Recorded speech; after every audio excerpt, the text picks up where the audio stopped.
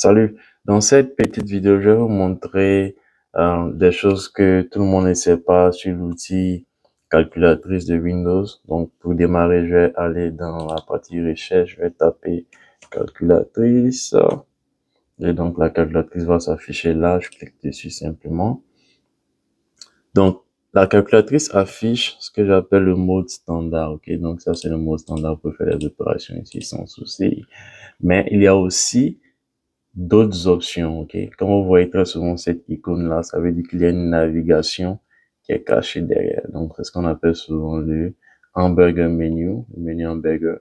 Donc, quand vous cliquez là-dessus, il y a d'autres options, d'autres modes. Donc, il y a par exemple ce mode scientifique qui est là, qui va vous permettre de faire d'autres opérations scientifiques. Vous voyez qu'il y a d'autres fonctions qui sont apparues, même le mode trigonométrique et autres. Toutes ces choses-là sont apparues. D'accord? Donc, vous pouvez faire d'autres calculs ici. Donc, il y a plusieurs modes. Il y a le mode graphique que j'apprécie bien. Je pense que le mode graphique, c'est un mode qui sera très utile pour les étudiants.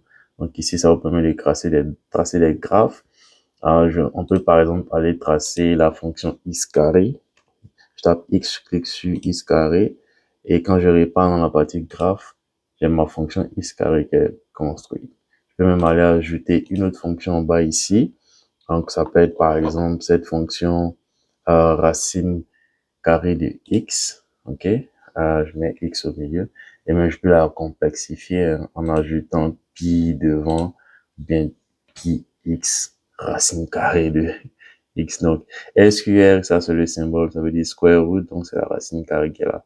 Quand je répare ici, puisque la fonction que je viens d'ajouter la couleur verte, je peux répartir là-bas et ça m'affiche cette fonction verte ici, c'est ça qui est là. Apparemment, c'était un peu trop. Essayons juste voir racine carrée à quoi ça ressemble. Voilà, donc voici racine carrée qui est là. D'accord? Donc, si je répare ici, on peut même cacher cette nouvelle fonction. Je vais cacher la première, répartir la première est cachée. Donc, rapidement, vous avez ça et vous pouvez faire un copier-coller, capture l'écran et faire de ça ce que vous voulez. Ok? Donc, je vais partir d'un autre mode. Donc, il y a le mode programmeur pour faire des conversions hexadécimales, décimales. Ça, c'est très utile pour les étudiants en informatique. Alors, il y a aussi le mode calcul de date. Donc, vous pouvez changer, donner plusieurs dates et voir quelle est la différence. Il y a aussi le mode conversion de devises. Donc, vous pouvez voir par exemple 1 € égale à combien de dollars ou bien vice versa. 1 $ égale à combien d'euros. 1000 $ égale à combien d'euros, ainsi de suite. Il y a aussi le mode volume, longueur par masse. Il y a plusieurs autres choses. Un autre mode que j'aime bien aussi, c'est le mode température. Donc, le mode température permet de faire la conversion de température.